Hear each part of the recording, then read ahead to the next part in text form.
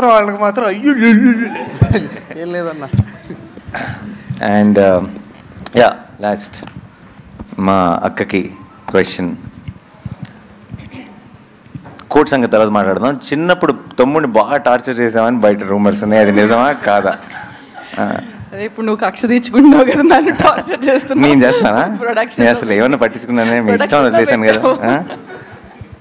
సరే, how was the experience of? అంటే తారా అమ్మాయిని తీసుకొచ్చి ప్రొడక్షన్ లో పెట్టావు, సో ఏం కదా అన్ని.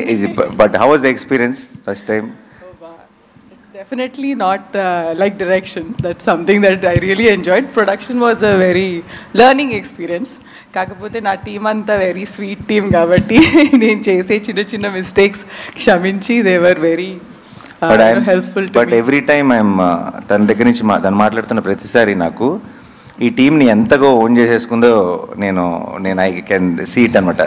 తను చేసినప్పుడు నా సినిమాల్ని ఇవన్నిటిని కూడా అంత ఎప్పుడు ఓన్ చేసుకోలేదు. మన పాట హిట్ అయింది, మన రీల్ బాగా వెళ్తుంది, ప్రతిదీ నాకు చెప్పి ఒక చిన్నపిల్లలాగా ఎక్సైట్ అయిపోతుంది. And I was so happy to see that. So అంతే నా సైడ్.